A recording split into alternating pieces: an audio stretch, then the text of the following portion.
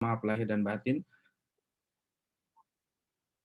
Ya, bertemu kembali dengan kami di webinar rutin ya, apa namanya, terkait dengan pengadaan di BUMN BUMD.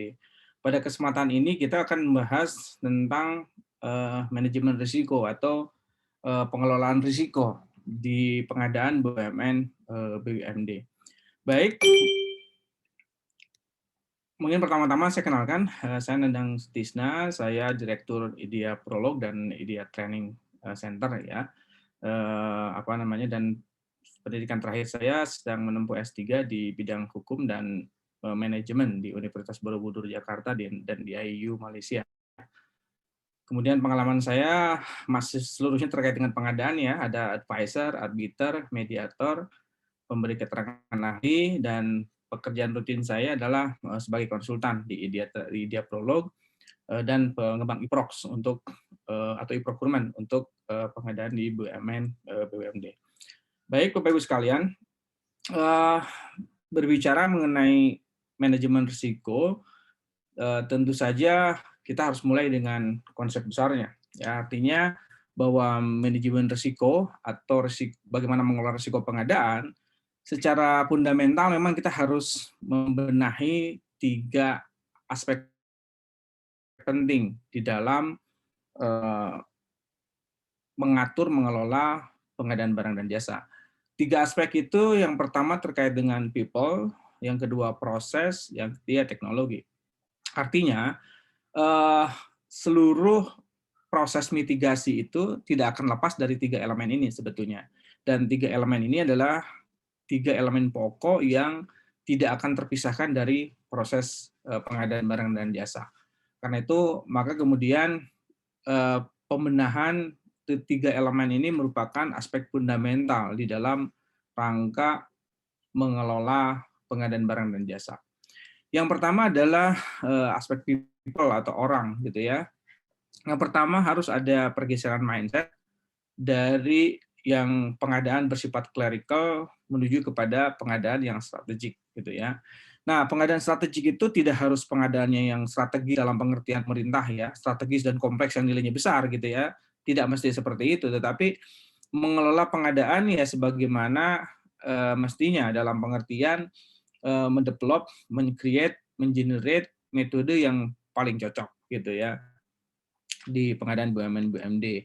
Karena itu pengadaan yang sifatnya reaktif, ketika ada kebutuhan langsung diproses dengan alur yang standar gitu ya, seringkali tidak cukup gitu ya.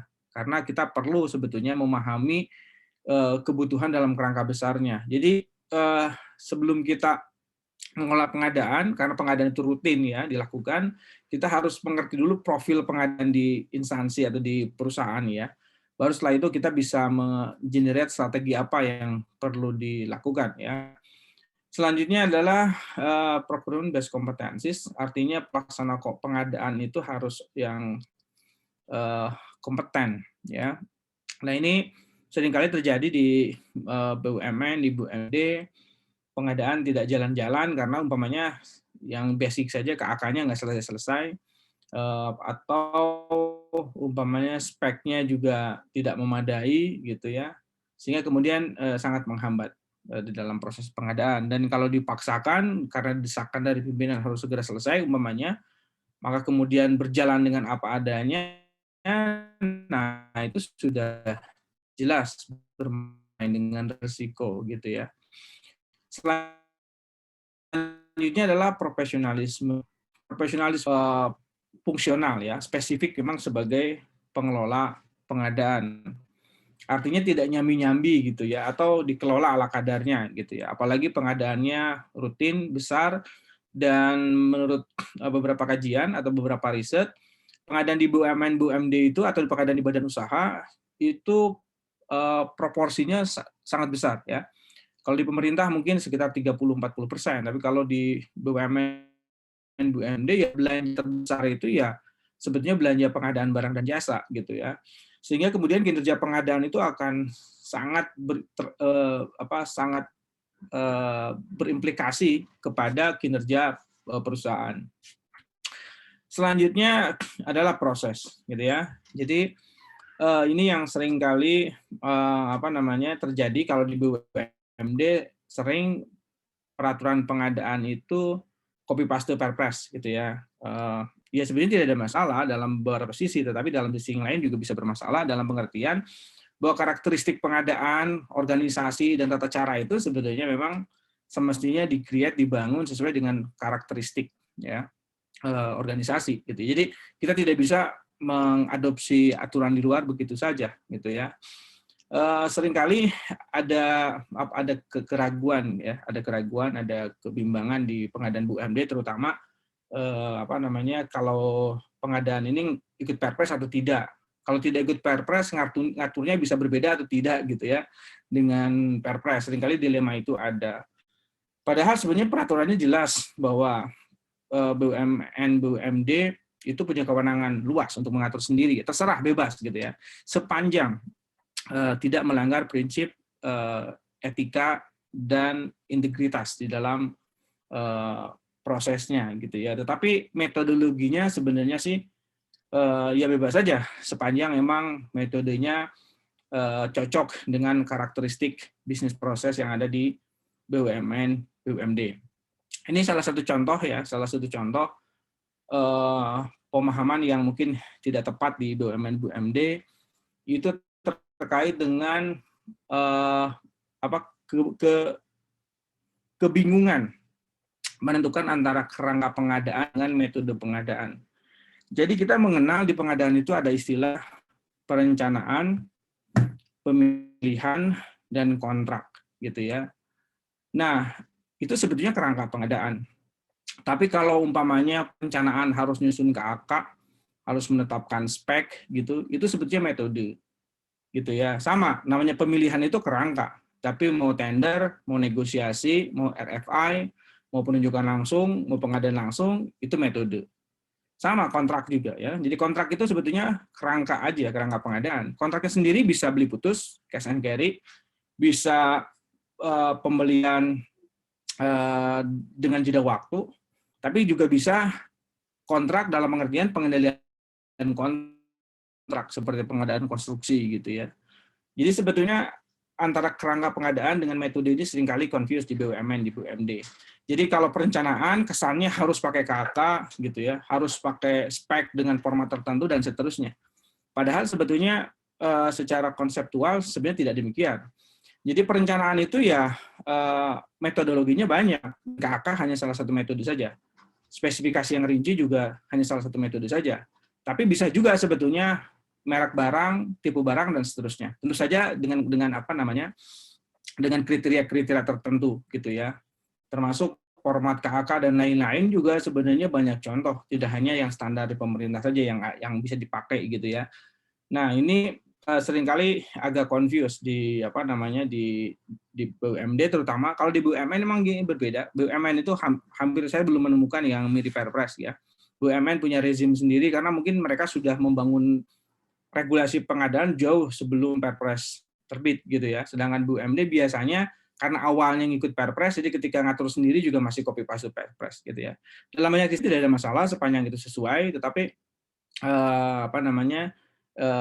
semestinya Perpres tidak menjadi satu-satunya referensi untuk pengadaan di BUMD gitu ya, terutama BUMD karena BUMN memang sudah punya best practice sendiri gitu yang itu berbeda sama sekali dengan Perpres gitu ya. Nah, karena itu penting untuk menyusun perdir dan SOP yang kompatibel dengan bisnis proses yang ada di BUMN, BUMD gitu ya. Jadi prosesnya bisa di-create sedemikian rupa sepanjang tadi. Yang penting sejalan dengan prinsip, dengan etika gitu ya, dengan integritas gitu ya. Kemudian teknologi. Jadi penggunaan e-procurement. Nah, ini di BUMN, di BUMD memang jarang ya yang walaupun ada mungkin tapi tidak ada yang se-advance di pemerintah. Jadi kalau e-procurement memang pengadaan di pemerintah luar biasa advance ya dibanding BUMN, BUMD gitu. Tetapi ya di era saat ini sebenarnya sudah sangat ketinggalan kalau kita masih dengan pengadaan manual. Terlalu banyak kesulitannya. Jadi ini sebetulnya ada people, proses, dan teknologi. Kita bisa dapatkan ini di banyak buku manajemen perubahan atau bahkan di manajemen project, selalu dimulai dengan ini gitu ya. Jadi pembenahan itu selalu terkait dengan tiga ini. Nah, kalau tiga ini bisa dibenahi, maka sebetulnya secara kerangka kita sudah punya mitigasi risiko karena segala sesuatu sudah diatur sebagaimana mestinya gitu ya. Baik, kita mulai dengan definisi manajemen risiko. Manajemen risiko adalah potensi loss ya, potensi loss akibat dari ketidakpastian. Artinya sesuatu yang peristiwa-peristiwa yang tidak bisa kita pastikan gitu ya, implikasinya akan seperti apa. Karena itu yang paling mudah supaya risiko itu tidak membuat kerugian yang besar, tentu saja dengan cara melakukan mengidentifikasi ya. Dan ini sebetulnya pengalaman empiris ya. Jadi sebetulnya kalau Bapak Ibu praktisi pengadaan di BUMN BUMD itu idealnya meregister ya atau menuliskan gitu ya macam-macam peristiwa yang kemudian peristiwa itu berdampak pada kerugian ya. Sehingga kemudian ini akan menjadi evaluasi di kemudian hari gitu ya. Jadi suatu tindakan, suatu langkah yang diambil yang kemudian menyebabkan terganggunya proses pengadaan, maka sebetulnya itu harusnya menjadi bahan evaluasi.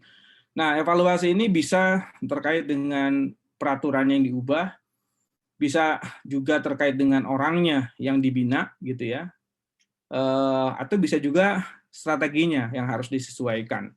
Karena itu tidak heran ya kalau kita dilihat di dunia pengadaan pemerintah itu peraturan pengadaan pemerintah begitu cepat sekali berubah gitu ya. Kalau dirata-ratakan mungkin 1 tahun 3 bulan kalau pernah saya hitung perubahan Perpres gitu ya. Walaupun yang sekarang 18 ke 21 3 tahun gitu ya. 3 tahun. Tapi sebelumnya bahkan ada yang 1 tahun 4 kali ketika Kepres 80 itu ada beberapa kali dalam 1 tahun perubahannya. Jadi perubahannya sangat sangat cepat gitu ya. Nah ini mungkin kerangka ya. Jadi sebetulnya ini kerangka kita melihat suatu proses pengadaan gitu ya. Bahwa ini yang mungkin menjadi target gitu ya di dalam menciptakan pengadaan, maka tujuan utamanya adalah kita melakukan tujuan pengadaan itu utamanya adalah untuk menciptakan value for money ya. Value for money itu ada di dalam kerangka efisiensi, efektivitas dan fleksibilitas ya. Efektivitas sering juga disebut dengan quality gitu ya. Kemudian dia harus transparan dan fairness. Nah, ini menjadi tantangan tersendiri ya, terutama untuk transparansi karena terus terang ada dilema ya di BUMN dan BUMD sama saja. Jadi kalau transparan khawatir, tidak transparan juga khawatir gitu ya. Jadi kalau terlalu transparan ya ada keraguan, ada ketakutan, ada orang yang cari-cari salah gitu ya. Ketika cari-cari salah jadi cari-cari masalah. Tetapi kalau tidak transparan ya dianggap dituduh ada main. Jadi serba salah gitu ya. Ya solusinya sih sebenarnya ya dibuat transparan dan prosesnya dilakukan dengan sebaik-baiknya gitu ya. Dan proses yang sebaik-baiknya itu memang salah satunya adalah penggunaan teknologi digitasi atau e-procurement gitu. Salah satunya adalah procurement. Bagaimana kemudian tupoksi orang itu sedapat mungkin tanda kutip bisa diambil alih sebagian besar oleh sistem gitu ya. Seperti itu. Jadi ini sebenarnya kerangka utama dari pengadaan gitu ya. Nah, untuk mencapai tujuan ini memang seringkali banyak risiko sehingga kemudian kita harus mengantisipasinya. Nah, ini jenis risiko. Ada risiko teknologi ya. Ini sebetulnya kaitannya juga dengan spesifikasi. Apakah spesifikasi ini sudah sesuai dengan kebutuhan atau tidak? Apakah dia sudah mencerminkan kinerja, akan mendorong kinerja atau tidak dan seterusnya gitu ya. Selalu teknologi, kemudian spesifikasi, kemudian target mutu itu juga bagian dari risiko gitu ya. di dalam proses pengadaan. Kemudian juga ada risiko yang berasal dari organisasi dan aspek sosial. Ya, organisasi tentu saja dari dari internal gitu ya.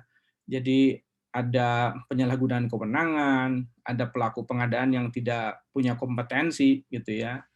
Kemudian juga ada potensi penyalahgunaan pelanggaran integritas dan seterusnya. Tapi juga ada aspek-aspek sosial, politik dan sosial ya. Apalagi di Indonesia. Jadi ada juga intervensi pimpinan, intervensi politik gitu ya, intervensi dari eksternal gitu, dari oknum dan seterusnya. Itu juga merupakan bagian dari risiko dan ini tidak mudah secara hukum, menghadapinya tidak mudah. Jadi kalau umpamanya risiko teknologi ini kan ya mungkin pendekatan solusinya bisa mengundang expert gitu ya, ahli spesifikasi atau ahli teknologi tertentu. Tetapi ketika risiko-risiko yang sifatnya sosial dan eksternal ini memang lebih sulit ya, walaupun bukan berarti tidak ada cara untuk menghadapinya. Kemudian juga ada risiko pasar, ya risiko pasar itu ada variasi harga, ada variasi spesifikasi, ada variasi kinerja penyedia dan seterusnya. Jadi pengadaan yang terbuka itu memang ada negatifnya karena ya semua penyedia jadi bisa masuk, padahal ya kualitasnya kita tidak tahu gitu ya. Jadi ada kesan bahwa kalau terlalu terbuka beresiko karena kita tidak tahu gitu ya kinerja penyedianya, motif penyedia dan seterusnya. Karena itu kemudian di pengadaan BUMN BUMD termasuk di pemerintah pun sebetulnya sekarang sudah berpikir pada pembangunan vendor management system. Kalau di pemerintah kita menyebut dengan sikap gitu ya. Kemudian juga ada risiko keuangan, risiko loss dan seterusnya. Dan ini juga mungkin risiko yang paling menakutkan di dalam pengadaan publik ya. Baik BUMN, BUMD termasuk juga pemerintah. Jadi risiko loss atau kerugian gitu ya. Dan ketika ada kerugian itu kemudian implikasinya pada kerugian keuangan negara gitu ya. Dan kalau kerugian keuangan negara maka ya bayangan kita sudah langsung terbayang hukum pidana gitu, dan kalau hukum pidana ya implikasinya sangat mengerikan gitu ya. Jadi risiko ini juga menjadi masalah tersendiri gitu ya. Kemudian ada risiko turbulensi atau ketidakpastian gitu ya. Jadi banyak hal yang tidak bisa diprediksi termasuk keadaan darurat gitu ya. Termasuk bencana alam dan lain-lain ya. Di mana risiko-risiko itu susah sekali untuk diperkirakan sebelumnya gitu ya. Termasuk risiko emergensi dalam pengadaan. Jadi ini jenis-jenis risiko yang kita hadapi di dalam proses pengadaan ya. Jadi yang sifatnya teknis tadi ada risiko spesifikasi atau teknologi gitu ya. Kemudian ada risiko organisasi terkait dengan kompetensi, dengan penyalahgunaan wewenang dan lain-lain. Juga ada aspek sosial politik ya, seperti intervensi dan lain-lain gitu ya. Dan ada risiko keuangan negara, ada risiko pasar, bisa pengertian pasar itu harga, penyedia dan seterusnya, dan ada risiko yang tidak bisa diprediksi yaitu risiko turbulensi. Nah, kalau kita lihat ini diagram manajemen risiko berdasarkan ISO 31000 ya. Jadi kita harus menentukan dulu konteksnya ya pengadaan gitu ya, risiko di dalam pengadaan. Kemudian ada identifikasi risiko. Jadi risiko-risiko apa saja sih yang sering kali terjadi gitu ya. Dan ya kalau nggak salah LKPP juga pernah menerbitkan ya, walaupun judulnya berbeda ya. Judulnya permasalahan-permasalahan di dalam pengadaan barang dan jasa, tapi sebetulnya isinya adalah buku itu adalah tentang mitigasi risiko. Jadi apa saja sih masalah atau kesalahan-kesalahan yang terjadi di dalam proses pengadaan, akibatnya apa, dan mitigasinya seperti apa gitu ya. Jadi ada identifikasi, ada analisis, kemudian ada evaluasi atau ada mitigasi gitu ya. Jadi ini kerangka menurut ISO 31000, tapi juga sebetulnya ya standar ya manajemen risiko di PMBOK juga mungkin tidak terlalu jauh dengan skema ini gitu ya. Jadi ada penentuan risikonya, kemudian ada analisis, kemudian ada respon ya, atau ada mitigasi atau ada monitor, evaluasi dan seterusnya gitu ya. Terminologinya macam-macam, tapi sebetulnya secara framework, secara kerangka pada prinsipnya sama saja gitu ya, bagaimana proses manajemen risiko di dalam pengadaan barang dan jasa. Nah, ini tahapan di pengadaan ya. Jadi kalau di kita bahasanya ada perencanaan, pemilihan, dan kontrak ya. Tiap tahapan itu memang punya risiko masing-masing. Dan kalau saya lihat memang di beberapa Pemda itu sudah ada ya peraturan kepala daerah tentang manajemen risiko pengadaan gitu ya. Mungkin di BUMD belum pernah saya tahu, sepertinya belum ada atau jarang ya. Di BUMN beberapa sudah ada. Bahkan di BUMN biasanya sudah ada bagian khusus ya. Jadi ada divisi risk management gitu ya. Jadi ada divisi khusus manajemen risiko, apalagi terkait dengan pengelolaan proyek-proyek besar gitu ya. Dan ini sebenarnya memang mungkin ke depan ada baiknya manajemen risiko ini menjadi bagian tidak terpisahkan dari perdir dan SOP-nya gitu ya. Jadi ada perdirnya, ada SOP-nya, di belakangnya kemudian ada petunjuk pedoman tentang manajemen risiko di dalam proses pengadaan barang dan jasa. Karena eh, ya pengadaan ini memang apa namanya suatu proses yang unik ya, dalam pengertian yang korupsi banyak, tapi yang takut dipitnah korupsi juga banyak gitu ya. Prosesnya bisa dibilang mudah, tapi juga dibilang susah gitu ya. Jadi memang unik gitu ya, dan seringkali pengadaan ini bisa menjadi peluang untuk meningkatkan kinerja, tapi juga sebaliknya sering dituduh menjadi biang keladi kegagalan suatu kinerja gitu ya. Jadi seringkali saya diundang untuk menyelesaikan masalah-masalah pengadaan. Bahkan ada yang sampai apa namanya ya hampir setahun penuh itu pengadaan tidak jalan-jalan hanya gara-gara banyak aspek yang dianggap bermasalah gitu ya. Pengadaannya sendiri tidak jadi-jadi, ya akhirnya mungkin dipaksakan di akhir tahun gitu ya, yang maaf kadang-kadang jadi akrobatik juga gitu ya. Karena seringkali tadi aturannya tidak jelas, kemudian pembagian kewenangannya mungkin juga tidak jelas, dan terutama adalah kompetensi atau keahliannya juga tidak ada gitu ya. Jadi para pihak ini tidak punya kompetensi atau keahlian, sehingga kemudian memandang pengadaan itu tidak berdasarkan kacamata profesionalisme gitu ya. Baik, ini adalah analisis dampak risiko ya, analisis dan manajemen risiko. Dampak risiko dapat diukur. Jadi dalam pengukuran risiko memang ada pengukuran kualitatif, kemudian ada pengukuran kuantitatif gitu ya. Tapi mungkin kita tidak akan jelaskan di situ, di sini kita hanya menjelaskan yang kualitatif saja, apa namanya, karena keterbatasan apa namanya waktu gitu ya. Tapi pada prinsipnya kita perlu menganalisis sebetulnya setiap potensi risiko atau setiap risiko itu kita harus lihat gitu ya dampaknya itu seperti apa, dan kita perlu merumuskan bagaimana cara penanggulangannya. Nah, kalau saya pengalaman menjadi advisor pengadaan, sebetulnya sih kesalahan pengadaan itu berulang ya, relatif berulang. Artinya jarang saya menemui suatu peristiwa yang benar-benar baru. Jadi sebenarnya kalau kita mau menyusun itu ya sangat memungkinkan gitu ya. Sangat memungkinkan apalagi di BUMD yang skalanya kecil gitu ya. Maka kemudian manajemen risiko itu bisa disusun tentu saja dengan kerangka yang sederhana ya, sesuai dengan kondisi di BUMD ya. Nah, untuk BUMN juga sama gitu, apalagi BUMN yang luas gitu ya, perlu ada SOP manajemen risiko khusus untuk pengadaan ya. Ya, analisis risiko adalah tahapan yang betulnya untuk mengidentifikasi asalnya, kemungkinannya, dan tingkat risikonya gitu ya. Dan tingkat risiko ini ya bisa kualitatif, tadi saya sampaikan, juga bisa apa namanya kuantitatif gitu ya. Tapi dalam pendekatan ini kita akan coba bahas yang lebih ke apa namanya ke kualitatif gitu ya.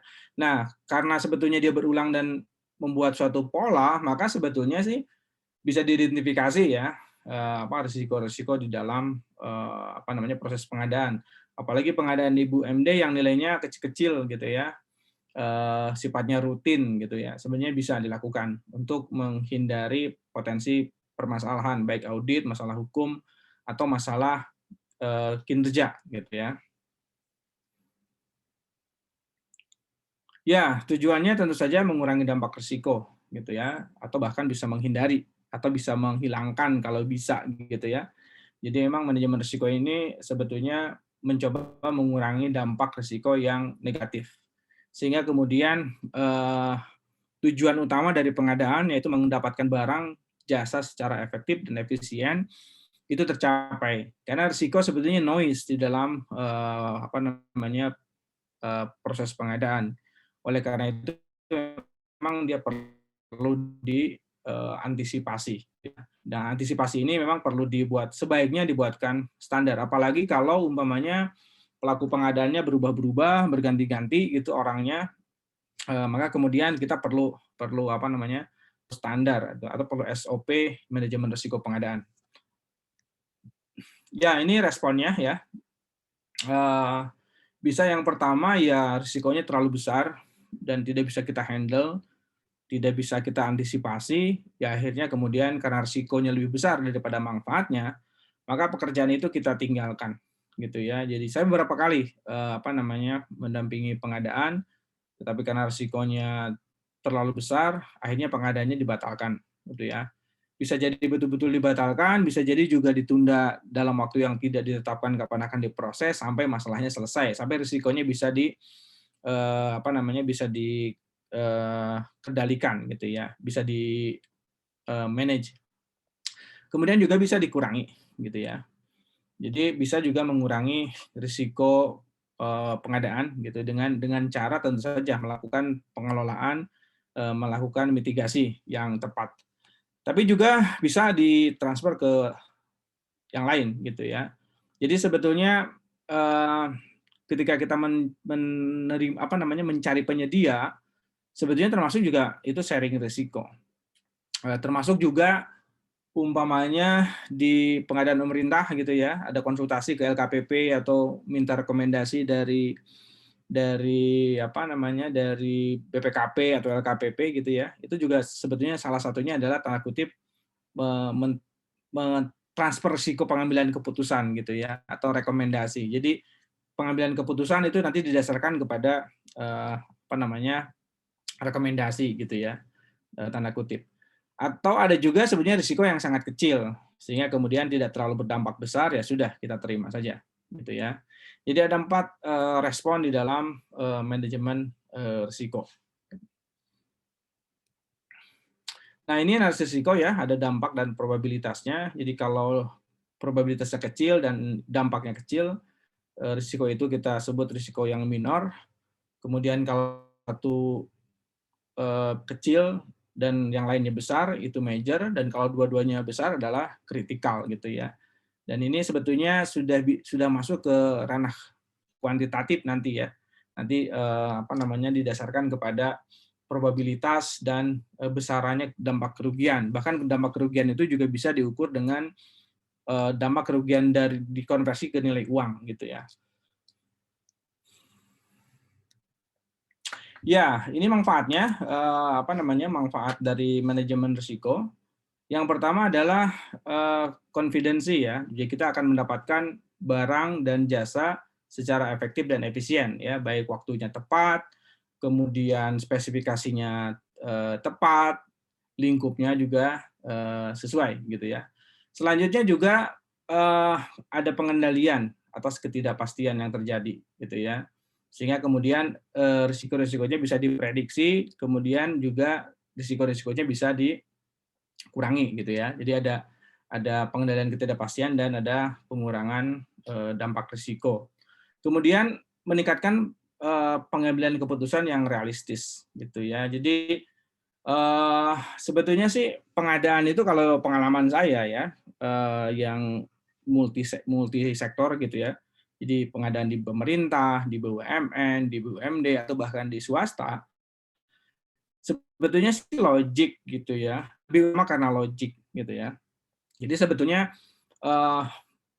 ketika pengadaan itu bisa dijelaskan secara logis sesuai dengan tujuannya, dengan karakteristiknya, ya sebetulnya sih itu bagian dari suatu bukti kalau pengadaan itu memang sudah dilakukan dengan cara yang benar gitu ya. Kemudian komunikasi yang lebih baik dan kemungkinan dampak kepada organisasi semakin kecil atau semakin rendah gitu ya. Nah, ini sumber risiko. Ada faktor eksternal gitu ya. Dalam pengadaan kita ya macam-macam. Bisa sampaikan ada faktor eksternal, ada faktor oknum di luar gitu ya yang mengganggu, juga ada faktor alam gitu ya. Ada faktor ketidakpastian pasar dan seterusnya gitu yang sebetulnya itu di luar kendali kita gitu ya. Tapi ya risiko itu tetap harus dihadapi dan harus diantisipasi gitu ya.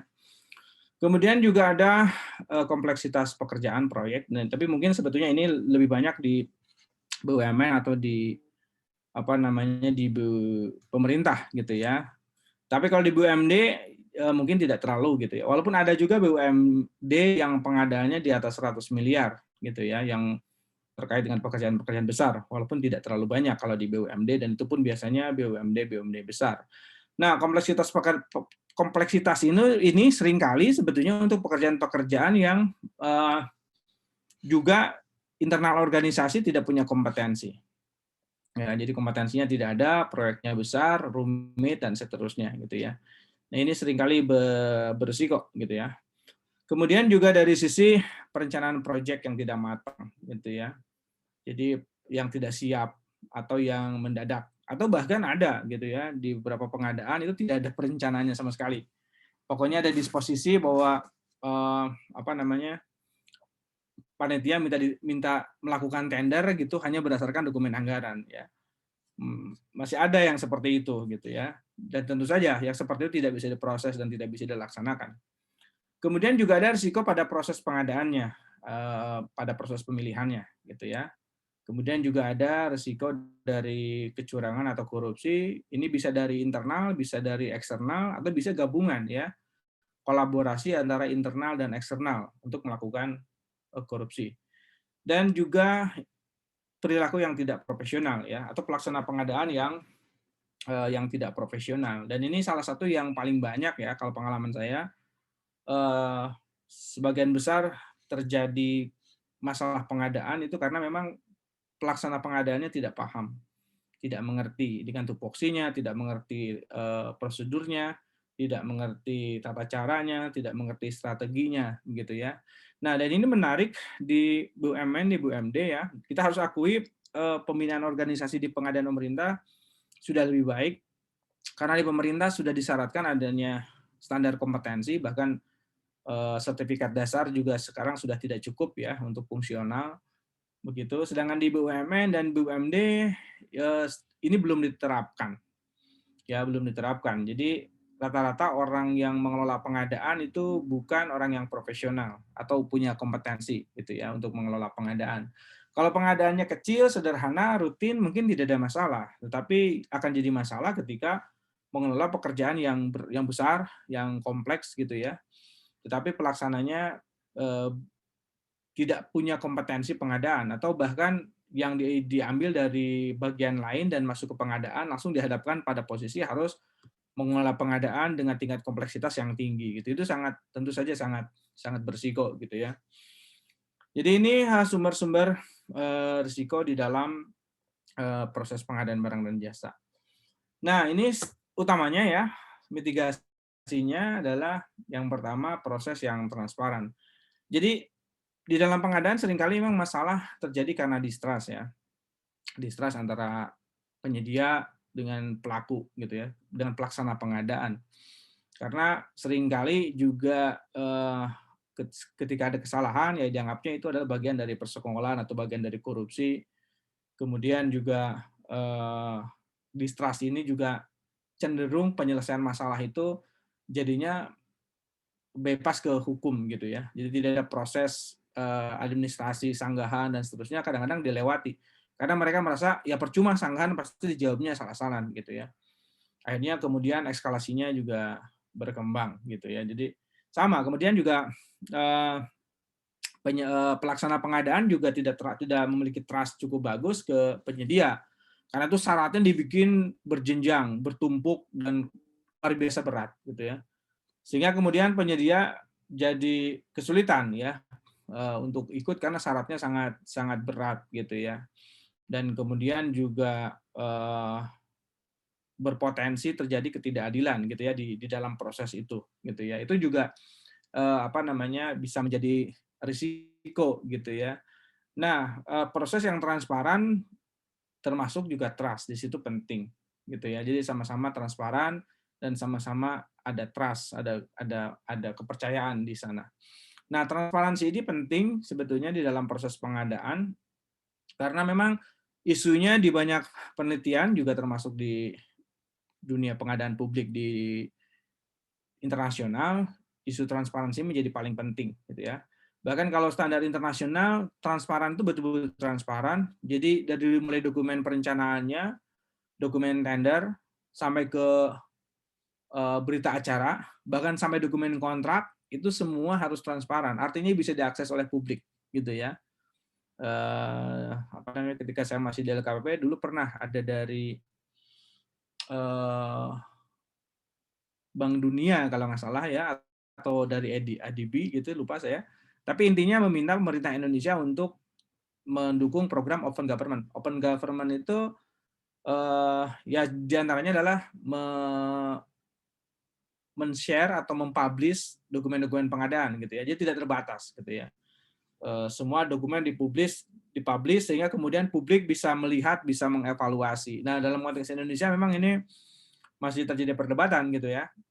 Karena itu mencegah korupsi atau bahkan sebaliknya jadi memicu korupsi. Memicu korupsi dalam pengertian ya keluhan dari pelaksana ya ini kami akan diperas Pak katanya karena akan dicari-cari kesalahan ujung-ujungnya bukan untuk memperbaiki tapi minta uang. Nah, ini menjadi dilema tersendiri memang di dalam apa namanya pengadaan kita gitu ya, dan ini tadi faktor eksternal, faktor sosial politik itu yang menjadi lebih sulit untuk diantisipasi. Tapi intinya kembali ke yang tadi ya, yang transformasi pengadaan itu sebetulnya itu mitigasi paling bagus. Selama kita bekerja dengan baik, dengan benar, kemudian kita juga tidak main dan bisa mempertanggungjawabkan seluruhnya, sebetulnya tidak akan ada masalah. Siapapun tidak akan bisa mempermasalahkan, gitu ya. Tetapi untuk mencapai itu memang kita perlu membangun sistem, ya. Jadi meningkatkan pelakunya jadi profesional, meningkatkan tata cara prosedurnya yang baik dan juga menggunakan teknologi gitu ya. Jadi tetap mitigasi terbaik adalah bagaimana mengelola pengadaan dengan benar gitu ya.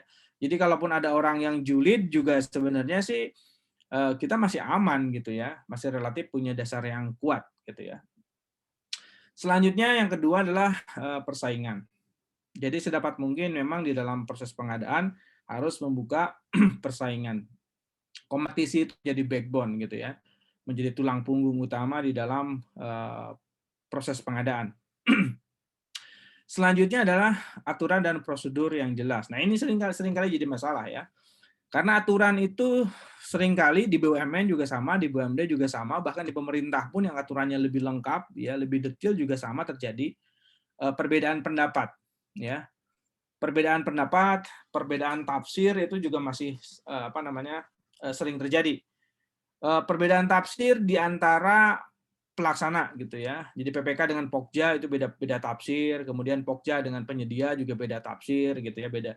Termasuk juga dengan eksternal ya, dengan auditor, dengan auditi beda tafsir, APH dengan pelaksana juga beda tafsir dan seterusnya. Jadi ini juga menjadi apa namanya masalah gitu ya. Jadi aturan yang jelas itu yang seperti apa? Gitu ya. Jadi aturan dan prosedur yang jelas itu seperti apa? Karena dalam kenyataannya aturan sedramatis apapun kasarnya kita menyusun tetap aja ada peluang perbedaan tafsir itu gitu ya. Seperti itu. Tapi sebenarnya ya memang perlu dipikirkan gitu ya. Tetapi saya sih cenderung untuk membuat aturan yang sesederhana mungkin.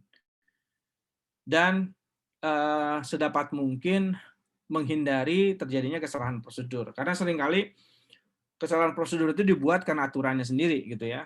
Jadi ada BUMD yang di dalam aturan pengadaannya mewajibkan sertifikat PBJ untuk pelaku PBJ di BUMD itu. Tetapi realitasnya, kenyataannya tidak ada di sana yang satupun punya sertifikat PBJ. Itu kan artinya aturan itu menjerat sebetulnya ya, menjerat diri sendiri. Akhirnya pengadaannya jadi tidak jalan gitu ya. Mau sertifikasi ini udah beberapa kali gagal terus Pak, karena tidak lulus gitu, sedangkan anggaran kami terbatas gitu ya. Nah, aturan yang jelas itu sebetulnya ya tidak multitafsir itu ya salah satunya adalah bagaimana membuat aturan yang sederhana dan tidak ada konflik nilai. Karena sebetulnya ujung-ujungnya aturan itu akan diukur itu pada nilai pengadaan. Nilai dalam pengertian di sini adalah prinsip pengadaan, gitu ya. Jadi sebetulnya kalau dalam hukum kita mengenal norma hukum gitu ya. Jadi hukum positif itu nanti ketika diterjemahkan itu harus didasarkan kepada di atasnya ya, yaitu norma hukum atau bahkan filsafat hukum gitu ya. Jadi kita perlu meningkatkan ke atas. Jadi ketika aturan tidak jelas sebetulnya atau jadi perdebatan atau perbedaan tafsir, maka sebetulnya dia akan kembali kepada nilainya atau normanya gitu ya, kepada apa namanya prinsip-prinsipnya. Selain itu juga sebetulnya bisa bahwa aturannya sederhana dan bermuara kepada prinsip-prinsip, juga prosedur itu ada best practice-nya, ada common knowledge-nya atau ada experience-nya di tempat lain gitu. Jadi tidak ngarang gitu ya. Sehingga kemudian itu merupakan proses standar. Di literatur pun sudah ada gitu proses-proses yang seperti itu gitu ya. Nah, karena itu memang jadinya ya sebetulnya jadi perlu apa namanya, pemahaman yang menyeluruh ya ketika kita membuat suatu aturan. Jadi kita memahami yang kita atur itu landasannya dari mana, alasannya seperti apa, filosofinya seperti apa, dan seterusnya kita bisa memahami. Selanjutnya, ini yang mungkin juga penting, adalah standar dokumen. Jadi di BUMD pakai dari Perpres, gitu ya, tidak masalah sebetulnya, tapi hati-hati karena tidak semua SBD-nya pengadaan pemerintah itu fit dengan kondisi yang ada di BUMD, termasuk juga bisnis termasuk BUMN gitu ya. Di BUMN menarik memang karena biasanya di BUMN punya SBD dan SBD-nya biasanya sangat simpel. Kalau di BUMN, beberapa BUMN yang pernah apa namanya kami buatkan perdirnya gitu ya, SBD-nya sangat sederhana gitu. Tapi itu pun tidak ada masalah sebetulnya. Karena yang penting tadi prinsipnya tetap terjaga gitu ya dan tidak ada potensi terjadinya ketidakadilan atau bahkan potensi fraud di dalamnya gitu ya. Tetapi dia membuat skema yang lebih sederhana. Tapi kalau di BUMD biasanya rata-rata pakai standar pemerintah gitu ya dan itu memang sangat tebal gitu ya. Sangat tebal dan pengaturannya sangat sangat rinci gitu ya. Sehingga kemudian fleksibilitasnya tentu saja menjadi berkurang gara-gara itu. Kemudian ini pelatihan. Nah, ini mungkin salah satu PR ya dunia pengadaan kita. Karena kalau di pemerintah sudah ada standar sertifikasinya, tapi untuk BUMN BUMD ini belum ada gitu ya. Walaupun sih sebenarnya ada sertifikat profesional ya yang tidak bias ke BUMN, pemerintah atau swasta gitu ya. Pokoknya sertifikat keahlian pengadaan dalam pengertian profesi pengadaan. Tapi itu belum marak ya di apa namanya di BUMN dan BUMD kita gitu ya. Tetapi sebetulnya ya apapun bentuknya, apakah itu sertifikasi, apakah non sertifikasi, yang terpenting adalah bahwa pelaku pengadaan memahami ya prosedur pengadaan yang ada di tempatnya dan dia harus terlatih ya, harus mendapatkan pengembangan keahlian atau kemampuan terkait dengan itu gitu ya. Jadi ini menjadi penting ya isu ini menjadi penting kalau di pemerintah mungkin sudah mulai ini ya apa namanya isu-isu ini sudah mulai berkurang dibanding saya dulu pertama masuk LKPP tahun 2010 mungkin kondisinya sudah jauh berbeda dengan sekarang gitu ya. Keahlian pengadaan di pemerintah sudah jauh lebih baik gitu ya karena sistem sertifikasinya, sistem pembenahan SDM-nya sudah juga sangat baik gitu ya. Tapi kalau di BUMN, di BUMD ini yang belum umum gitu ya. Kemudian sistem kontrol yang efektif. Nah, ini juga salah satu masalah. Karena bukan rahasia umum di mana-mana auditor atau bukan auditor ya, SPI ya, SPI atau APIP kalau di pemerintah itu seringkali tidak bukan bersinergi dengan pelaksana pengadaan, malah terjadi sengketa gitu ya. Sengketa dalam pengertian ya masing-masing punya pendapat gitu ya. Dan ini beberapa kali jadi masalah gitu ya. apipnya bilang A, pelaku pengadaannya bilang B, atau apipnya bilang salah, padahal sebetulnya pelaku pengadaan merasa sudah benar dan seterusnya, gitu ya. Jadi proses pengawasan yang semestinya meningkatkan kualitas proses, ini malah jadi sebaliknya, malah jadi bikin tanda kutip jadi seperti sengketa dengan auditornya sendiri gitu, atau dengan apa namanya, dengan apipnya gitu ya. Dan ini malah jadi masalah gitu ya. Pernah beberapa kali terjadi situasi seperti itu. Jadi yang mengemuka atau yang diselesaikan justru adalah perbedaan pendapat dengan apipnya gitu ya. Seperti itu. Jadi ini juga penting bagaimana kemudian apipnya perlu jelas ya, batasan tugasnya apa gitu ya. Apakah dia juga menilai prosedur? Kalau dia menilai prosedur, ya dia harus paham prosedur. Dan kalau dia paham prosedur, ya dia harus punya bukti kompetensi terkait dengan pemahaman prosedur itu, gitu ya, seperti itu. Tapi kalau dia umpamanya masuknya kepada akuntability-nya, gitu ya, bukan kepada prosedur teknisnya, gitu, maka itu juga harus diatur, gitu ya. Jadi memang perlu ada guidance, perlu ada batasan sistem kontrol untuk SPI atau APIP-nya itu seperti apa, gitu di dalam proses pengadaan, karena kalau tidak dilakukan dengan baik malah jadi kontraproduktif gitu ya. Tujuannya berkolaborasi untuk memastikan proses pengadaan itu efektif dan efisien, yang terjadi malah sebaliknya gitu ya.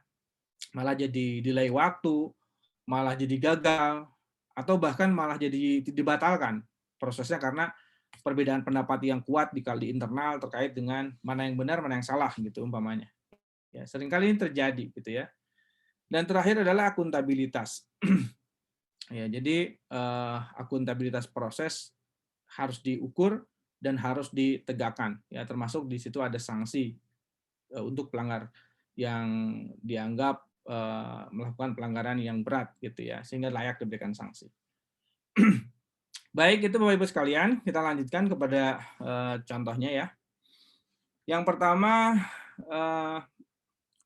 risiko pengadaan barang jasa gagal memenuhi kebutuhan perusahaan.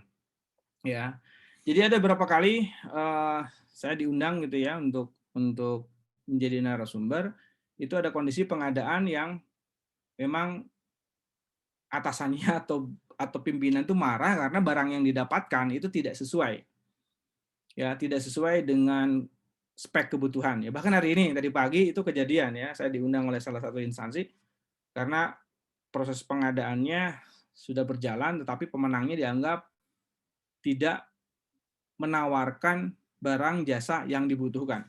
Ya, tidak sesuai dengan kebutuhan sehingga tender itu harus dibatalkan gitu ya. Dan itu tentu saja akan mendelay waktu kebutuhan, kemudian harus bekerja ulang dan seterusnya. Gitu ya.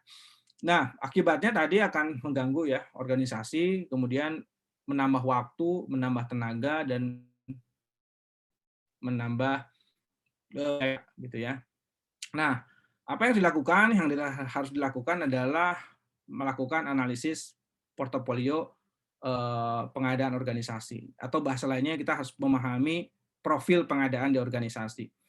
Nah, sebetulnya untuk BUMD seperti PDAM, ya jenis pengadaannya tidak banyak ya. Jadi pengadaan yang terkait dengan produksi dan non produksi umumnya. Yang produksi ada pengadaan jaringan, aksesoris dan seterusnya gitu ya.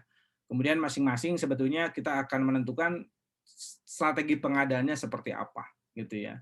Sebetulnya bisa diantisipasi sejak awal gitu ya. Karena pengadaannya rutin, tidak ada yang kompleks. Relatif di PDAM tidak ada yang kompleks karena pekerjaannya rutin gitu ya. Kecuali kalau umpamanya beberapa PDAM itu membangun apa namanya sistem spam atau sistem spam yang proyek besar gitu ya, yang di atas 100 miliar gitu. Nah, itu mungkin lain hal, tapi kalau pendekatannya seperti itu ya kita memang perlu realistis. Artinya memproses pengadaan itu harusnya dengan pendekatan manajemen proyek. Jadi harus ada manajer proyek yang profesional. Kalau tidak ada di internal PDAM harus ada di tempat lain gitu ya, yang membantu PPK, atau bisa jadi yang jadi PPK-nya jadi dari agen pengadaan yang punya kapasitas untuk manajemen proyek itu ya. Kemudian juga terkait dengan strategi pengadaan, gitu ya. Jadi perlu menerapkan apa namanya, strategi pengadaan yang tepat, gitu ya. Nah, kalau di BUMN memang lebih rumit karena pengadaannya banyak yang besar dan banyak yang baru, yang kompleks gitu. Nah, itu pendekatannya harus sesuai. Nah, ini juga salah satu yang menjadi kendala di pengadaan kita ya, di pengadaan pemerintah termasuk di BUMN, di BUMD. Kita mengelola pengadaan barang dan non barang itu sama gitu ya. Atau pengadaan barang dengan pengadaan konstruksi yang secara sifat itu beda tapi cara pengadaannya sama. Dan ini juga menjadi kendala. Karena sebetulnya kalau di best practice-nya ya beda. Pengadaan project dengan pengadaan barang itu lain. Kalau pengadaan project ya manajemen project, ilmunya luas gitu ya. Tapi kalau pembelian barang biasa ya pakai purchasing aja, karena itu kalau di best practice luar itu kita mengenal ada purchasing, ada mengenal procurement, atau ada mengenal kita project management gitu ya. Yang pendekatannya beda gitu. Tapi sama-sama pengadaan, tapi sebetulnya cara mengelolanya itu berbeda.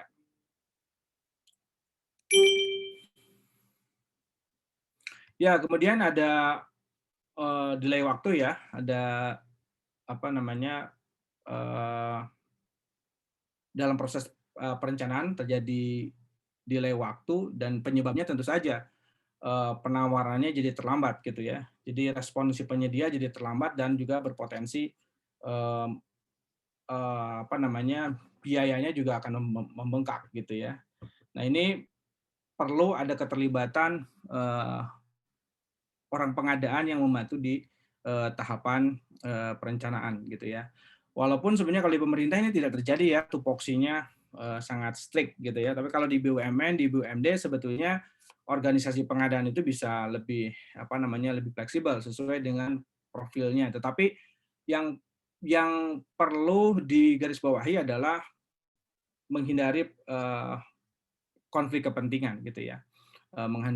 Konflik kepentingan artinya satu orang yang merangkap fungsi dalam fungsi yang sifatnya series gitu ya. Jadi ada perencanaan, pemilihan, dan kontrak gitu ya.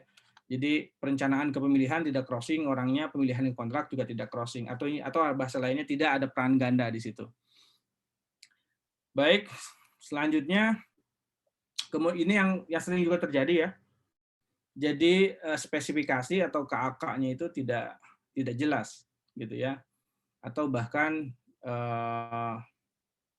mengarah gitu ya, mengarah kepada salah satu penyedia gitu ya. Tentu saja dampaknya ini bisa terjadi apa namanya, penyimpangan ya, potensi penyimpangan dan potensi protes gitu ya dari penyedia gitu ya. Nah, ketika kita sulit apa namanya, menyusun spesifikasi dalam pengertian conformance, yaitu spesifikasi yang rinci sifatnya, maka sebetulnya kita bisa mengganti teknik atau cara menyusun spesifikasi, yaitu dengan spesifikasi fungsi atau kinerja gitu ya. Dan juga kalau mungkin kan spesifikasi itu mengacu kepada standar. Nah, ini di BUMN dan BUMD juga sering terjadi ya. Jadi ada kebutuhan untuk bahan peralatan yang untuk kebutuhan produksi gitu. Dan kemudian ya karena kebutuhan produksi ya biasanya barang yang dibutuhkan itu sama gitu ya, mengacu kepada merek tertentu gitu. Nah, ini seringkali dilema gitu ya. Seringkali dilema apakah ini mengarah ke merek atau tidak mengarah ke merek. Nah, sebetulnya memang ini berbeda dengan di pemerintah ya. Kalau di perusahaan atau yang di pabrik gitu ya, atau BUMN, BUMD yang sifatnya memproduksi sesuatu dan untuk memproduksi itu perlu bahan, perlu peralatan yang spesifik. Sebetulnya sih concern menyebut merek kemudian menjadi berbeda dengan yang di pemerintah yang ketat gitu ya. Karena sebetulnya kalau memang harusnya merek itu, spesifikasinya itu, maka sebetulnya tidak ada masalah gitu ya. Apalagi yang sudah peralatan yang sudah ada, kemudian standar produksi yang sudah ada, itu pakai merek itu. Nah, salah satu solusinya adalah perusahaan menetapkan standar ya. Jadi ada standar internasional, ada standar nasional, juga ada standar organisasi gitu ya. Dan standar itu memang perlu justifikasi, baik justifikasi dari expert maupun dari pengalaman empiris atau karena dasar yang lain. Tetapi intinya bahwa kita ingin bilang bahwa memang kebutuhan kami hanya ini, gitu ya. Kalau tidak ini maka kemudian akan berdampak kepada kinerja organisasi. Ya. Kemudian spesifikasi yang keliru gitu ya, atau spesifikasi yang tidak tepat gitu ya. Ini juga sama berisiko penyedia salah memberikan penawaran gitu ya, atau penawaran yang tidak sesuai, atau nanti mengevaluasinya yang susah gitu ya, atau nanti banyak ketidakpastian. Jadi seringkali ya spesifikasi itu kan eh, paling nggak ada 4 jenis gitu ya cara kita mengevaluasi spesifikasi. Ada yang spesifikasi itu disyaratkan syarat minimal, ada yang syarat maksimal, ada yang rentang, tapi ada yang presisi. Nah, tapi seringkali kan kita menyusun spesifikasi itu hanya satu jenis ya, seolah-olah itu hanya presisi gitu. Sehingga kemudian ketika ada yang menawarkan beda dengan spek itu, si Pokja bingung ini digugurkan atau tidak. Karena kalau secara kaidah itu digugurkan, tapi kalau kita lihat barang ini sebenarnya memang masih bisa dipakai gitu ya.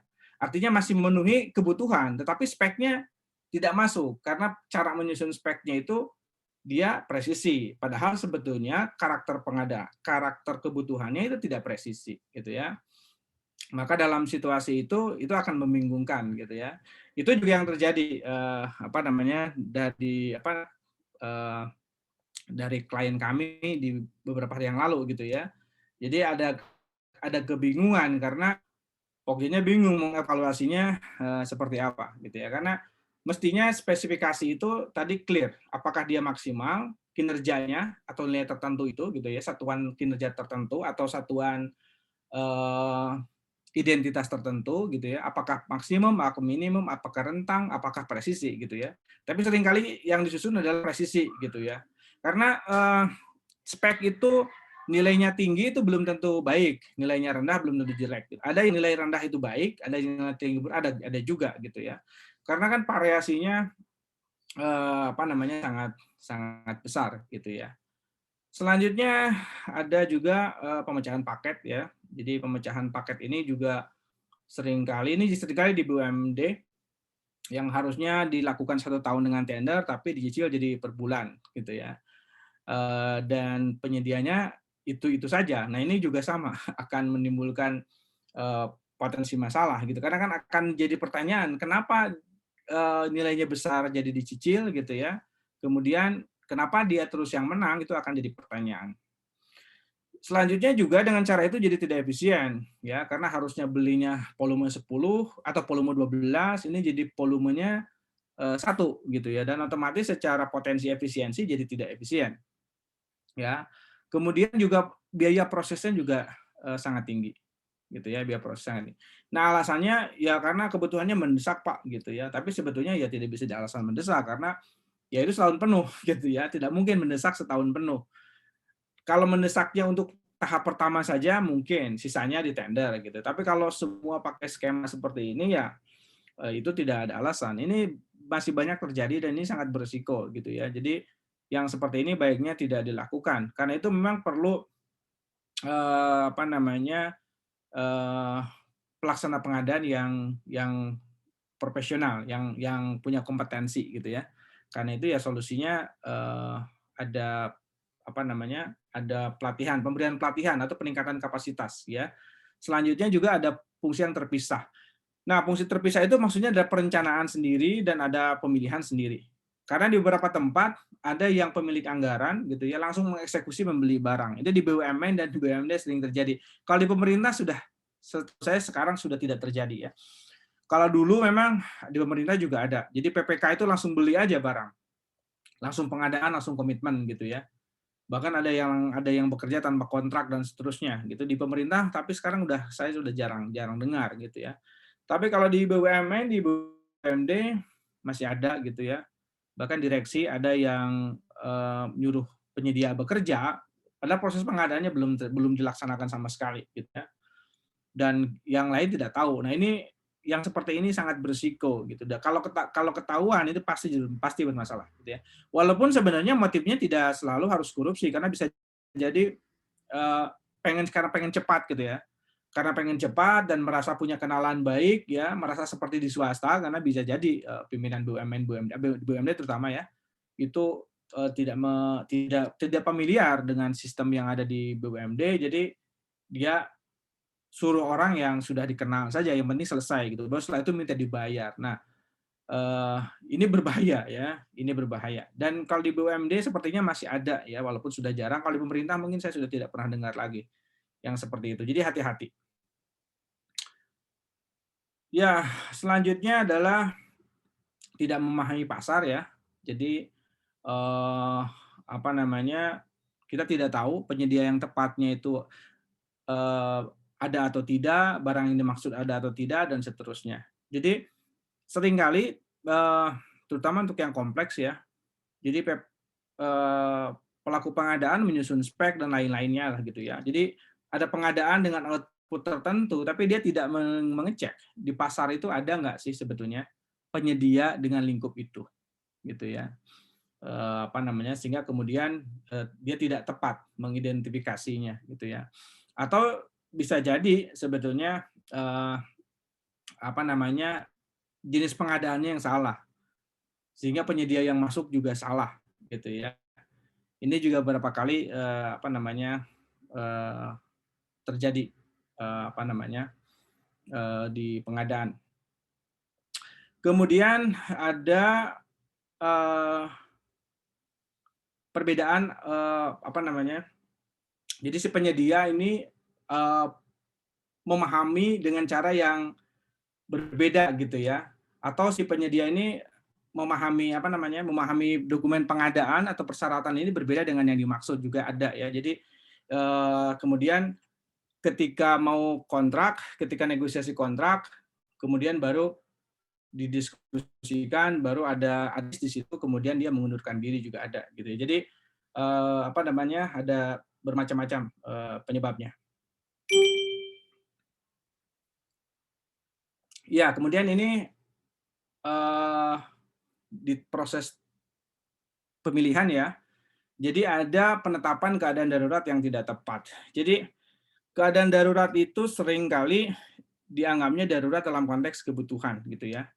Yang sebetulnya darurat itu terjadi karena manajemen kegiatan yang tidak tepat gitu ya. Jadi sebetulnya bukan darurat karena aspek eksternal gitu ya, akibat bencana atau akibat suatu peristiwa yang di luar kendali, tetapi seringkali darurat itu karena sebetulnya perencanaannya tidak siap gitu ya. Akhirnya waktu berjalan dan kebutuhan sudah mepet. Ya, karena sudah mepet harus segera dieksekusi, maka dilakukan dengan penunjukan langsung. Nah, ini juga bermasalah. Nah, ini pun beberapa kali terjadi gitu ya. Jadi pemahaman darurat itu tidak dikaitkan dengan faktor eksternal. Ya, jadi tidak dikaitkan dengan faktor eksternal, tapi dia menganggap bahwa ini kalau tidak dilakukan bermasalah Pak gitu. Betul, tapi kemarin kemana aja gitu ya. Apalagi kebutuhannya sebetulnya kebutuhan rutin, jadi nggak ada kebutuhan rutin yang sifatnya darurat gitu ya. Jadi kebutuhan darurat itu hanya untuk kebutuhannya yang tidak pernah diketahui tiba-tiba muncul karena peristiwa dari luar yang tidak bisa dikendalikan. Dan kalau tidak dieksekusi segera, maka kemudian akan menimbulkan kerugian yang besar gitu ya. Saya pikir semua orang tahu ya, termasuk pihak auditor atau APH, ya kalau kondisinya darurat ya sudah common gitu ya. Nah, bencana semua orang tahu bahwa ini kejadian bencana dan apa yang terdampak itu pasti tahu. Tapi seringkali di dalam pengadaan di BUMN BUMD sebetulnya daruratnya bukan karena faktor itu gitu ya, tapi faktor delay yang internal dan akhirnya pimpinan pokoknya minta segera dieksekusi dan akhirnya pakai eksekusi dengan strategi penunjukan langsung, itu yang menjadi masalah. Nah, sebenarnya penunjukan langsung tentu saja tidak haram ya. Penunjukan langsung tidak haram, tetapi penunjukan langsung memang banyak dijadikan modus gitu ya untuk mengarahkan kepada penyedia tertentu. Karena itu penunjukan langsung menjadi sensitif karena kalau dasarnya tidak kuat, maka ketidakpercayaan gitu ya dari pihak eksternal itu akan sangat tinggi dan ada kecurigaan ini pasti ada sesuatu. Karena itu hati-hati Bapak Ibu sekalian ya untuk tidak menggampangkan tunjuk langsung ya. Karena ya saya sering menghadapi situasi begitu ya di BUMD. Jadi konsultasi Pak boleh nggak tunjuk langsung? Ini sudah darurat gitu ya. Nah ya saya memberikan rekomendasi kalau seperti itu ya nggak boleh ya nggak boleh tunjuk langsung gitu ya. Terus kebutuhannya yaitu harus jadi risiko pemilik kewenangan. Jangan sampai penanggung jawab melempar risiko itu ke panitia pengadaan gitu ya. Sebenarnya delaynya di PPK-nya atau di usernya gitu ya. Tapi kemudian nanti disuruh tunjuk langsung ke Pokja, akhirnya ya risiko itu ada di Pokja dan itu tidak fair atau ke panitia ya. Dan itu tidak fair gitu ya. Baik. Ya ini masih di dalam tender ya. Jadi di tender ada persyaratan yang tidak jelas ya atau persyaratan yang mengarah gitu ya. Nah, ini salah satu sebab sanggahan ya. Sanggahan atau pengaduan itu sebagian besar karena kriteria yang tidak jelas yang kemudian mengarah kepada subjektivitas dari panitia pengadaan gitu ya. Karena itu sebetulnya di dalam menentukan kriteria itu harus bisa dipastikan dan bisa dipahami oleh semua orang dan bisa diterima gitu ya. Artinya persyaratan. Nah, di pengadaan memang ada situasi di mana Pokja ini untuk mengamankan gitu ya. Jadi tujuannya bagus, mengamankan penyedia supaya yang dapat penyedia yang bagus saja gitu ya, yang kompeten gitu. Tapi pendekatannya dilakukan dengan menambah nama persyaratan sehingga persyaratannya menjadi tidak perlu gitu ya. Nah, ini yang seringkali jadi masalah karena menambah nama persyaratan itu akan memicu sanggahan dan pengaduan ya. Dan akan menimbulkan kecurigaan sebetulnya Pokja sedang mengarahkan paket itu untuk penyedia tertentu gitu ya. Nah, karena itu solusinya sebetulnya ya kriterianya sih sederhana saja. Tapi penyedianya sedapat mungkin adalah penyedia yang punya reputasi yang baik. Nah, karena itu untuk BUMN, BUMD sebetulnya termasuk juga pemerintah, sekarang trennya sudah menggunakan VMS ya, Vendor Management System. Kalau di pemerintah itu istilahnya pakai sikap gitu ya. Dan itu dilakukan di luar tender. Artinya di tahapan awal, ya di proses sebelum tender kita membangun Vendor Management System dan di dalam Vendor Management System itu tidak hanya datanya saja, tidak hanya data dasarnya saja gitu ya, tetapi portofolio si penyedia secara lebih lengkap gitu ya. Sehingga kemudian kita tahu gitu ya, penyedia itu tahu kantornya di mana, kerjaannya apa gitu. Jangan sampai yang masuk adalah penyedia tukang tender karena ada juga penyedia tukang tender tapi tidak pernah bekerja. Kalaupun menang dia jual ke penyedia yang lain juga ada yang seperti itu. Dan ini pasti bermasalah ya, hampir pasti bermasalah karena si penyedia palu gada ini akan mengambil fee di depan dan sisanya akan diserahkan kepada penyedia yang membeli paket itu dengan harga murah dan kecenderungannya gagal gitu ya. Karena itu bahaya situasi seperti itu. Ya, kemudian ini juga adanya keterbatasan informasi ya. Jadi persyaratan itu tidak perlu terlalu banyak, tetapi juga jangan terlalu sedikit gitu ya. Jadi yang proporsional saja gitu ya. Kalau di pemerintah sudah isu-isu tentang ini sudah berkurang, walaupun tetap masih ada ya. Tapi kalau di BUMN BUMD terutama yang sistemnya masih manual, ya isu-isu ini masih ada gitu ya. Walaupun ekosistemnya memang beda ya. Kalau di pengadaan pemerintah itu besar gitu ya. Sehingga kemudian di awal-awal Perpres 2010 itu sanggahan itu luar biasa, banyak sekali. Tapi kalau saya lihat pengalaman empiris makin ke sini makin sedikit gitu ya, karena aturannya makin jelas, sistemnya juga semakin semakin baik ya. Ya, kemudian juga ada ya ini data rahasia ya. Jadi ada data rahasia yang kemudian terbuka gitu. Tapi ini mungkin sifatnya apa namanya untuk pengadaan manual gitu ya. Jadi kalau pengadaan manual memang bisa disetting si tiap penyedia itu mendapatkan informasi yang beda-beda. Tapi kalau sekarang sebetulnya kalau dengan sistem e-proxy kemungkinan ini kecil ya. Bahkan di manual dulu pengumuman pembukaan penerimaan dokumen dengan penutupan itu seringkali tidak jelas gitu ya. Tapi kalau di elektronik sebetulnya di pemerintah sekarang sudah isu-isu ini sudah sudah tidak ada gitu ya.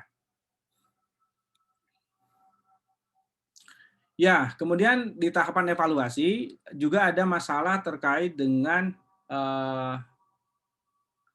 objektivitas gitu ya. Jadi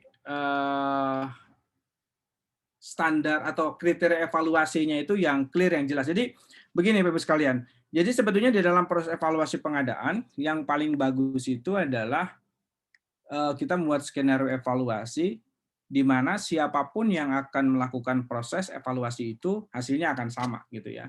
Jadi bias personal itu kemudian menjadi kecil gitu ya.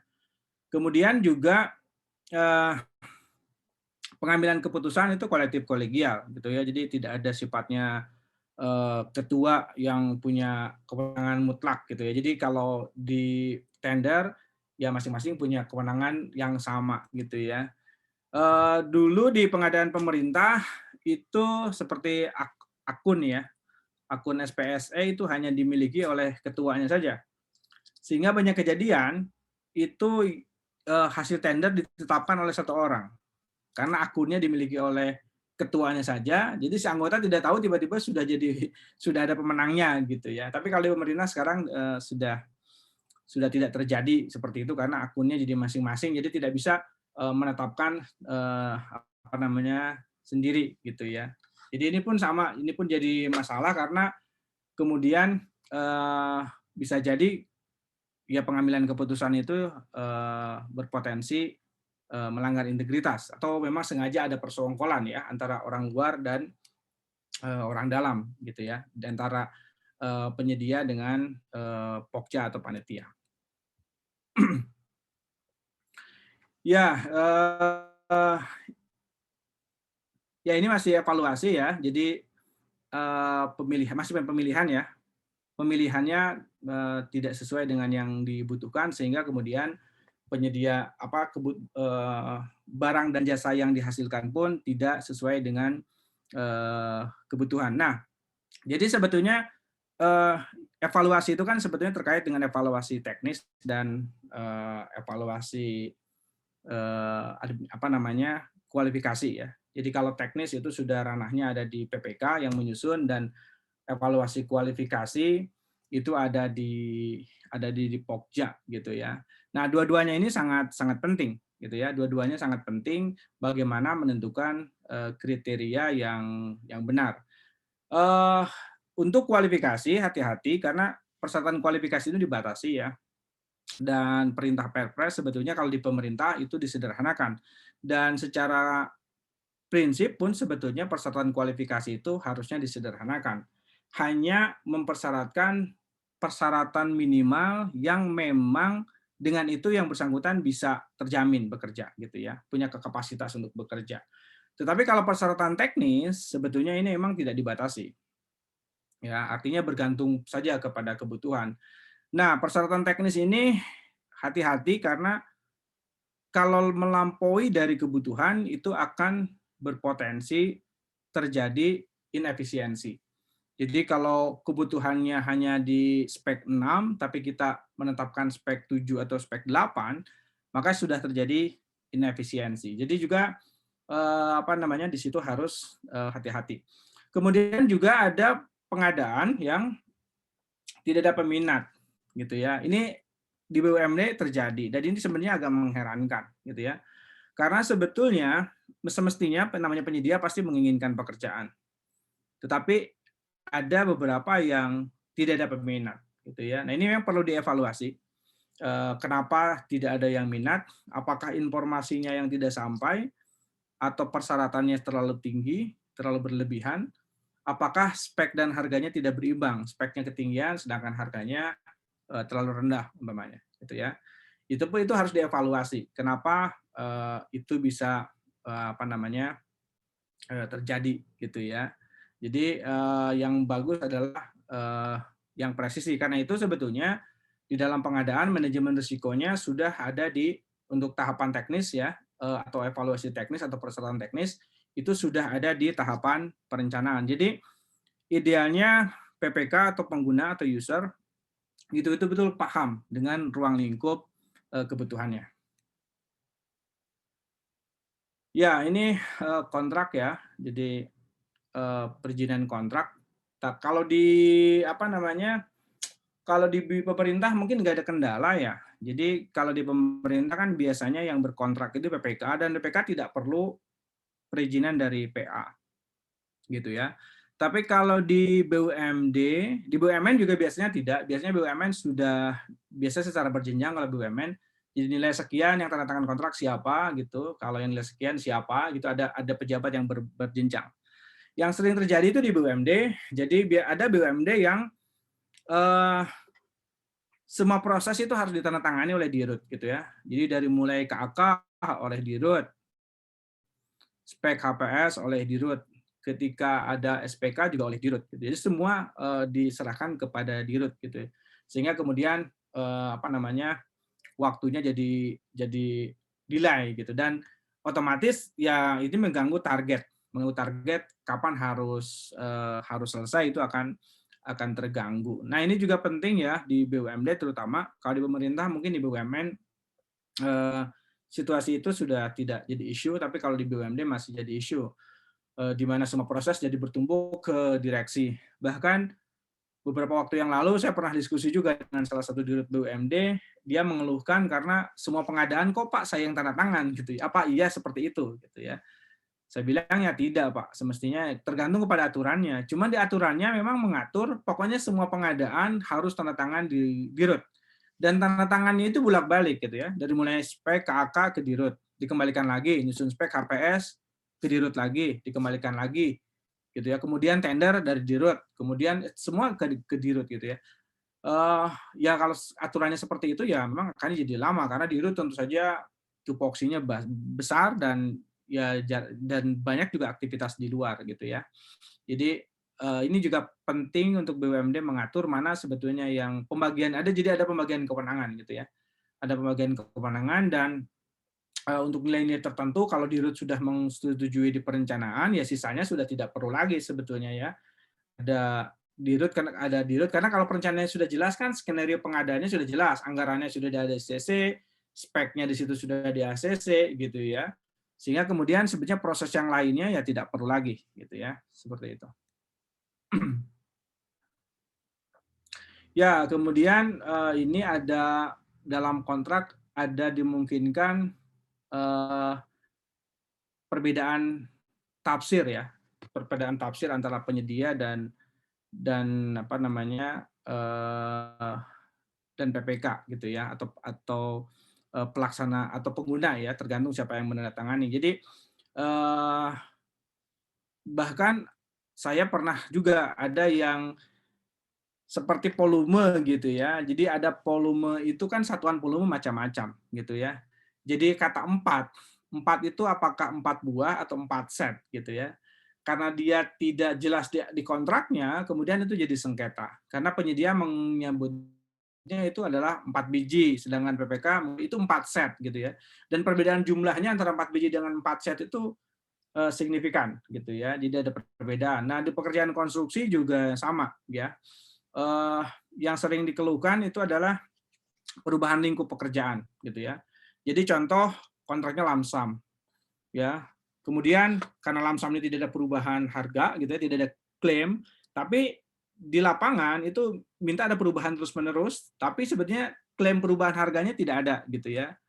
Itu juga pernah jadi kasus hukum di salah satu perusahaan konstruksi swasta besar dengan salah satu Pemda gitu ya, karena dia merasa kok saya dimintain terus untuk merubah atau menambah, tapi karena ini kontraknya lamsam, dianggap tidak ada perubahan harga gitu ya.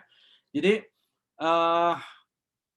pemahaman pada pada kontrak ini menjadi sangat penting gitu ya.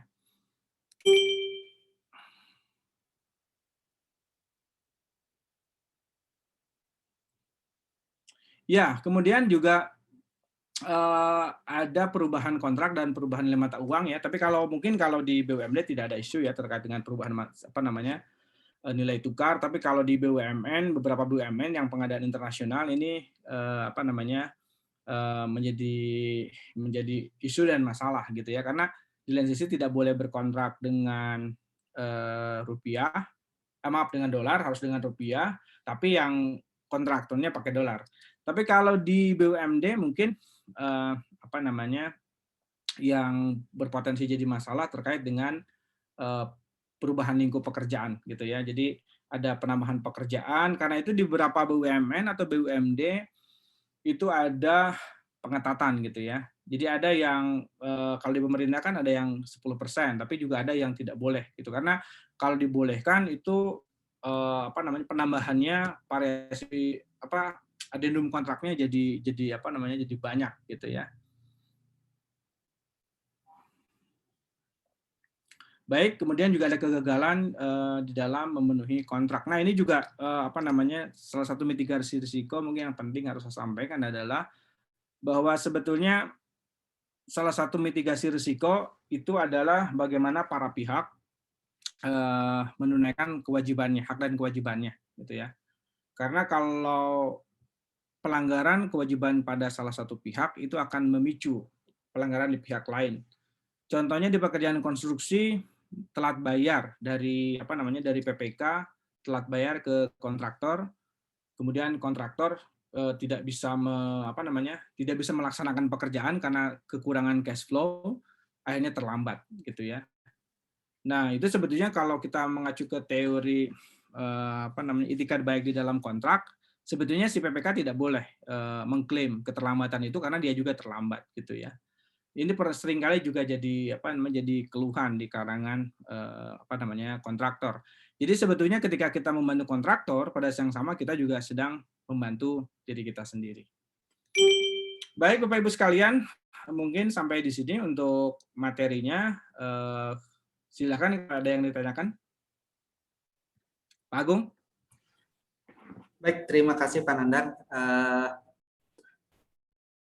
Baik Bapak Ibu semuanya, untuk yang bertanya ini sudah ada 4 orang yang raise hand ya. Yang pertama saya kasih kesempatan kepada Pak Kadir. Silakan Pak.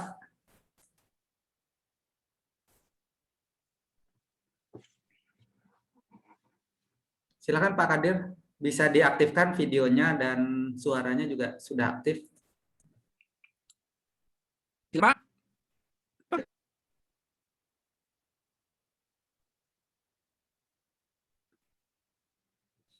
Pak Kadir, silakan Pak. Oh, sudah keluar, Ya. Dengar belum, Pak? Ya, terdengar Pak. Silakan Pak. Sementara belum ada dulu, Pak. Ya. Oh, baik. Oke, terima kasih Pak. Ya. Berikutnya Pak Budi Suyitno. Silakan Pak Budi.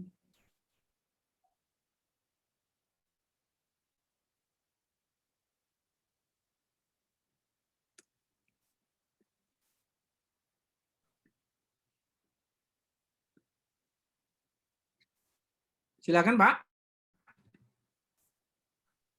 Oh, sudah hilang juga. Baik, kalau tidak ada, mungkin saya jawab yang ada di yang ada di chat ya. Baik, sebentar.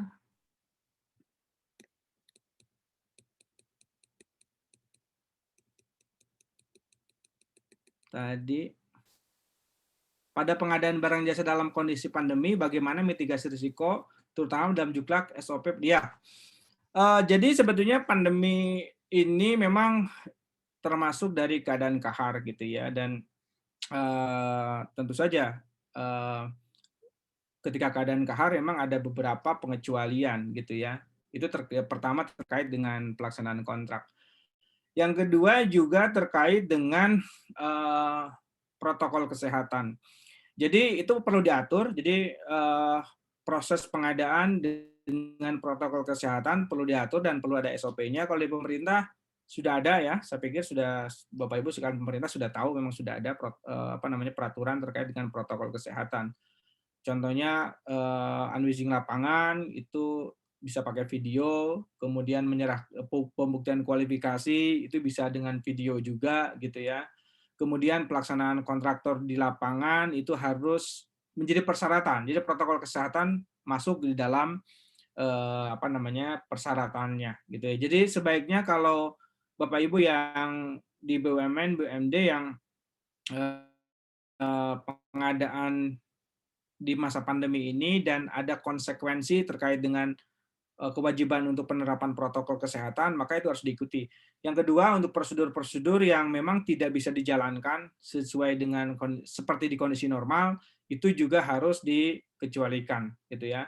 Jadi kalau dia di proses pengadaan, aturannya belum ada, silahkan dimasukkan ke dalam dokumen pemilihan. Ya, jadi dokumen pemilihannya ada klausul tentang protokol kesehatan. Sedangkan kalau untuk kontrak, ya disantumkan di kontrak, gitu ya. Di kontrak tentang tambahan klausul protokol kesehatan. Ini pertanyaan dari Pak Ide Bagus Made Sudiarta ya. Selanjutnya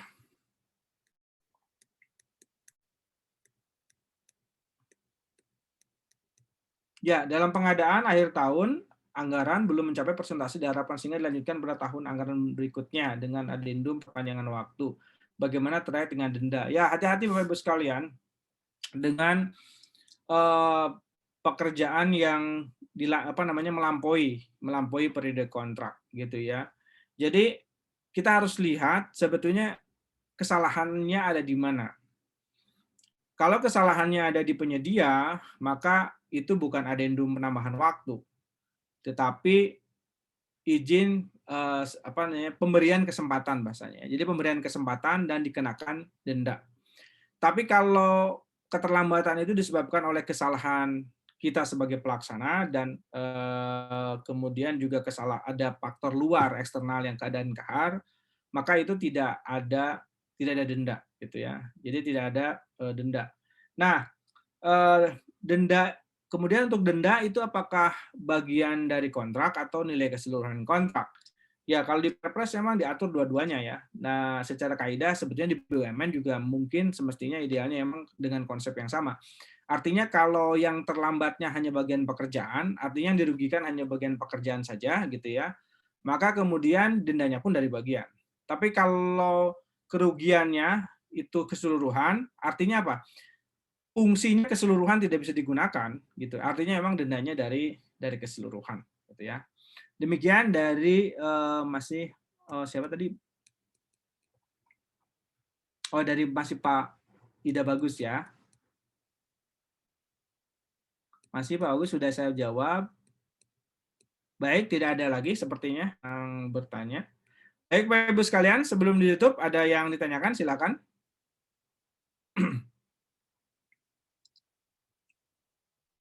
Baik, kalau tidak ada, saya kembalikan ke Pak Agung.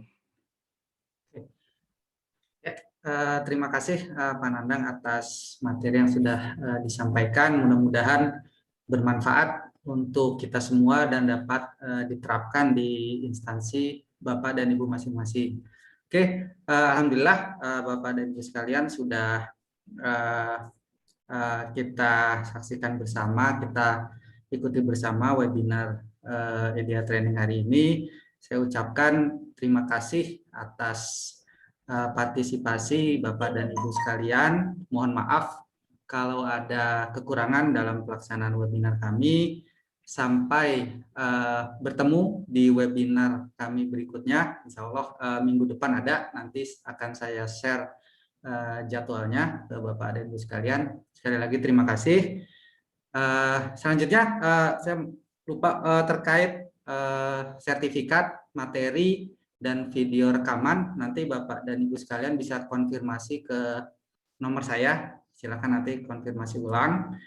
Itu saja. Baik, terima kasih sekali lagi. Mohon maaf. Assalamualaikum warahmatullahi wabarakatuh. Izin saya end webinarnya.